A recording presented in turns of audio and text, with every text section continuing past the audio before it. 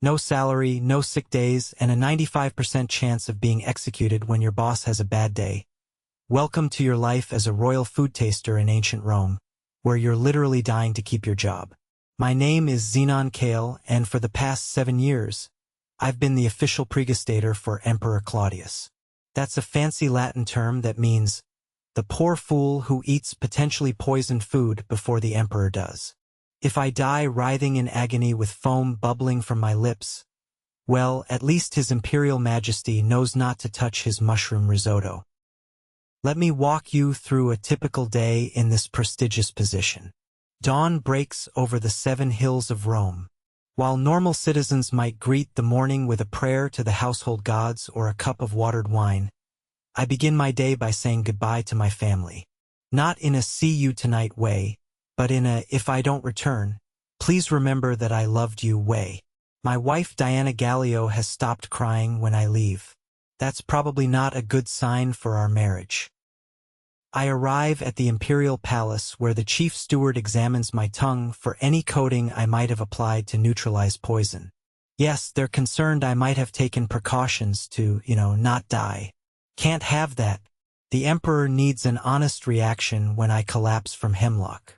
By mid-morning, it's time for the emperor's breakfast. The chef presents a beautiful spread of honeyed bread, figs, and soft cheese.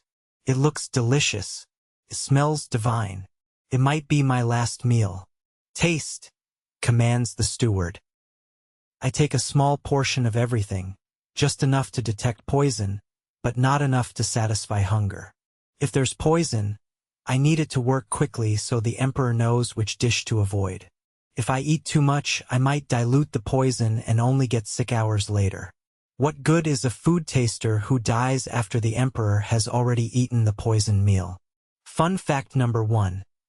Under Emperor Claudius, food tasters were primarily recruited from among slaves and low-status freedmen. We were organized into a formal corps called the pregustators, with our own imperial college and everything. It's like being in an exclusive club where the initiation ritual is risking death 3 times a day, and the membership benefit is, well, there aren't any benefits. Noon approaches. The emperor is hosting senators for lunch, which means politics are on the menu alongside the oysters and roast peacock. Political discussions mean heightened tensions, which mean increased poisoning risk. On days like these, I sample dishes while standing beside the imperial table, so everyone can watch my reaction. How's the wine, Xenon? Asks Senator Marcus, who last week voted against the emperor's land reform bill. Exquisite, I reply, taking a generous sip from the emperor's cup and waiting the excruciating 30 seconds that follow. My heart pounds. My palms sweat. Is that a tingling on my tongue? Or just my imagination? I don't drop dead, so Claudius drinks. Fun fact number 2. Some emperors were so paranoid about poison that they employed multiple food tasters working in shifts. Emperor Nero had a team of food tasters sampling every item that entered the palace kitchens. The turnover rate was, shall we say, brisk. The afternoon brings a lull in my duties.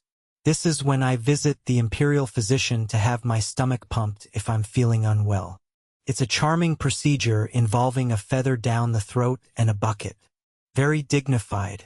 Any numbness in your extremities today? Asks the physician, prodding my abdomen. No more than usual, I reply, though I did feel dizzy after the emperor's lamb stew. Probably just anxiety, he says dismissively. The physician doesn't waste his best treatments on food tasters. We're consumable resources, not patients. Late afternoon, and I'm summoned for a special tasting. The emperor has received a gift basket from the king of Parthia. Diplomatic gifts are the worst. They're either genuine attempts at friendship or elaborately disguised murder attempts. I sample dates stuffed with spiced nuts, exotic fruits preserved in honey, and fermented fish sauce. The fermented fish sauce makes me gag. But that's cultural difference, not poison. Fun fact number 3. Some clever food tasters developed resistance to certain poisons by taking tiny amounts over time. It's called Mithridatism, named after King Mithridates, who supposedly built immunity to poison this way. I tried this with small amounts of arsenic last year. All I got was chronic diarrhea and no immunity whatsoever. Evening brings the main banquet, the most dangerous meal of the day. Wine flows freely, inhibitions lower, and assassination plots ripen like summer fruit. Tonight's special guest is a provincial governor recently returned from Germania. Rumors suggest he has ambitions beyond his station. The Emperor's spymaster gives me a meaningful look as the governor's personal chef assists in the kitchens. Each dish requires my careful attention. The appetizer of egg-stuffed dormice? Yes, edible dormice were a delicacy. Romans were weird. Seems safe. The fish course makes my lips tingle, but that's just the spices.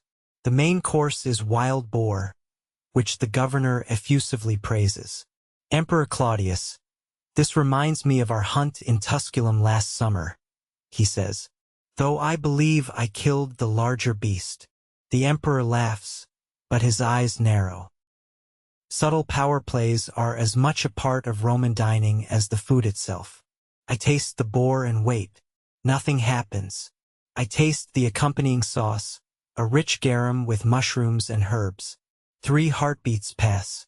5, 10. My throat tightens. My vision blurs. My hands spasm. Poison! Someone shouts. Guards seize the governor as I collapse to the floor. Slaves drag me from the dining hall. No one wants to watch the food taster die during dinner. It ruins the ambience. In the servants' quarters, the imperial physician force-feeds me a charcoal mixture.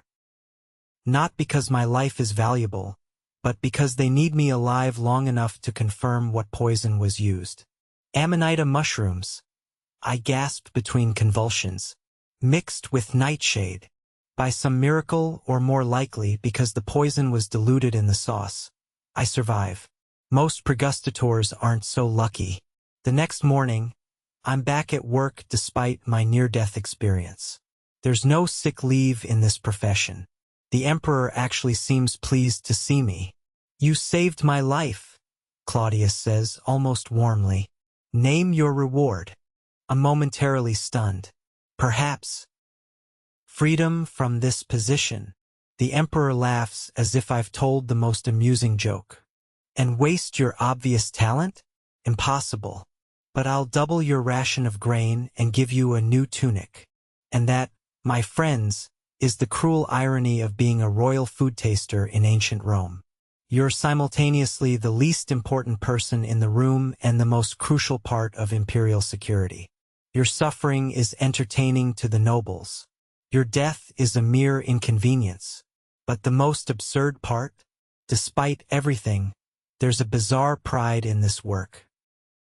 When other slaves whisper that I have the emperor's trust, I stand a little taller. When the spymaster nods respectfully after I identify a poison correctly, I feel a professional satisfaction. I sometimes wonder how I'll eventually die.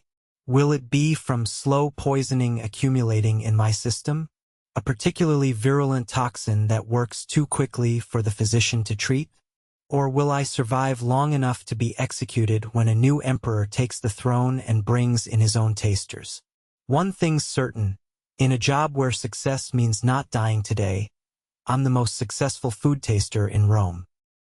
53 poisoning attempts and still standing. So raise a potentially poisoned glass to the pregustators of Rome. We're the only imperial servants who truly put our lives on the line for every bite the emperor takes. And they say there's no such thing as a dead-end job.